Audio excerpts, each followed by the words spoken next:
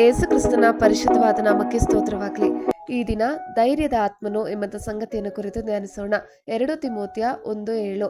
ದೇವರು ನಮಗೆ ಕೊಟ್ಟಿರುವ ಆತ್ಮವು ಬಲ, ಪ್ರೀತಿ, ಶಿಕ್ಷಣಗಳ ಆತ್ಮವೇ ಹೊರತು ಹೇಡಿತನದ ಆತ್ಮವಲ್ಲ. ಆಮೆನ್. ಧೈರ್ಯದ ಆತ್ಮನ ವರವು ಸರಿಯಾದದನ್ನ ಮಾಡಲು, ಸತ್ಯದಿಂದ ಬದುಕಲು ಮತ್ತು ನಾವು ಪಾಪಕ್ಕೆ, ಶೋಧನೆಗೆ ಒಳಗಾಗದೆ ದೇವರಿಗೆ ನಂಬಿಗಸ್ತರಾಗಿರಲು ನಮ್ಮನ್ನು ಬಲಪಡಿಸುತ್ತದೆ. ಇದು ಆತ್ಮನ ವರವಾಗಿದೆ.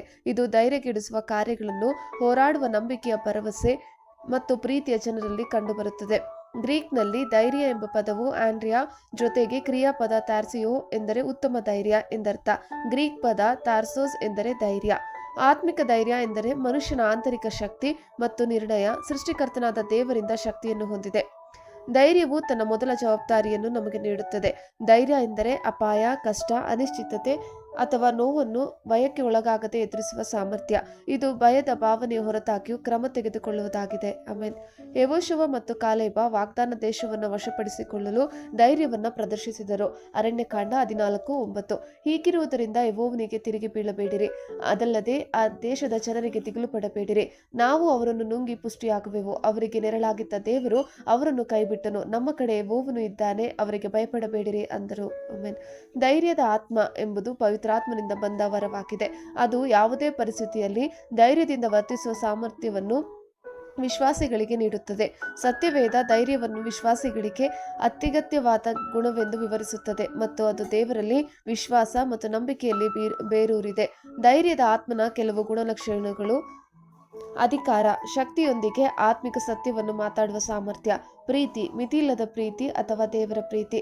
ಸ್ವಯಂ ಶಿಸ್ತು, ಸಂವೇದನಶೀಲತೆ ಮತ್ತು ಉತ್ತಮ ತೀರ್ಪು. ಪ್ರತಿ ಹೆಜ್ಜೆಯಲ್ಲಿಯೂ ನಂಬಿಕೆಯನ್ನು ಹಿಡಿದಿಟ್ಟುಕೊಳ್ಳುವುದು. ಯಾವುದೇ ಪರಿಸ್ಥಿತಿಯಲ್ಲೂ ಜಯಶಾಲಿಯಾಗುವುದು.